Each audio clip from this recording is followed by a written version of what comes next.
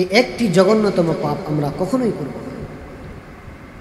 এই জঘন্যতম পাপ যদি আমরা করি তাইলে সরাসরি ফেরেশতারা আপনার নামে বদদুয়া করবে, সরাসরি ফেরেশতারা আল্লাহ তাআলার কাছে আপনার জন্য নালিশ করবে। এই একটি পাপ থেকে মা বোনেরা আমরা বেঁচে থাকব। মা বোনদের কাছে অনুরোধ করব, এই পাপটি কখনো করবেন না। আপনার ইহকাল পরকাল উভয়কাল বাতিল হয়ে যাবে, উভয়কাল ধ্বংস হয়ে যাবে। এই একটি পাপ আমি মা বোনদের কাছে অনুরোধ করব, এই একটি পাপ আপনি কখনো করবেন না। যারা বিবাহ করেছেন মা বোনেরা, তাদের জন্য আমি কথাটা বলতেছি, একটি পাপ কখনো আপনি করবেন না। যারা বিবাহ করেননি তারাও শুনে রাখেন, আপনার কাজে লাগবে। একটি পাপ যদি আমরা করি সরাসরি ফেরেশতারা আপনার নামে বদদুয়া করবে, সরাসরি ফেরেশতারা আপনার নামে লানত দিবে।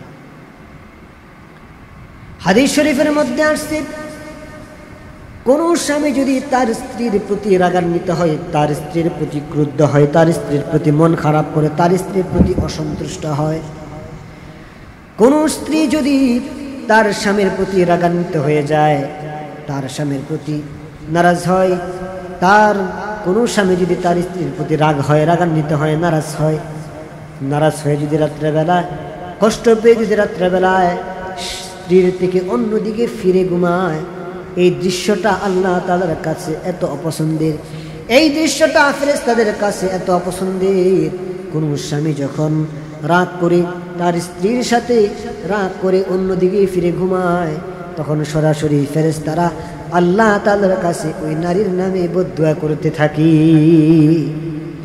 কোন স্বামী যদি কোন স্ত্রীর প্রতি রাগ হয়ে কষ্ট পেয়ে দুঃখ পেয়ে যদি রাত্রেবেলা অন্যদিকে ফিরে ঘুমায়, স্ত্রীর থেকে বিমুখ হয়ে ঘুমায়, তাইলে এই দৃশ্যটা আল্লাহ তাআলার কাছে এত অপছন্দের এবং কি ফেরেশতাদের কাছে এত অপছন্দের, সরাসরি ফেরেশতারা আল্লাহ তাআলার কাছে ওই নারীর জন্য, ওই মহিলার জন্য বদদুয়া করতে থাকে।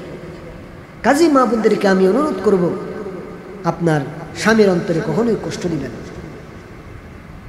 স্বামী বেচারা সারাদিন কাজ করে আসছে, বলছিলেন একটা জিনিস নিয়ে আসতে, বেচারা সারাদিন কাজ করছে, ভুলে গেছে, আনতে পারে নাই, সেই জন্য আপনি এমন কথা বলেন যে তুমি দিককে আমি তোমার সংসারটা করতেছি, অন্য কেউ হইলে কবেই চলে যাইত, আমার জীবনে কিছু তুমি দেও নাই, তোমার বাড়িতে আওয়ার পর থেকে আমি কোনো কিছু ঠিক মতো পাই নাই।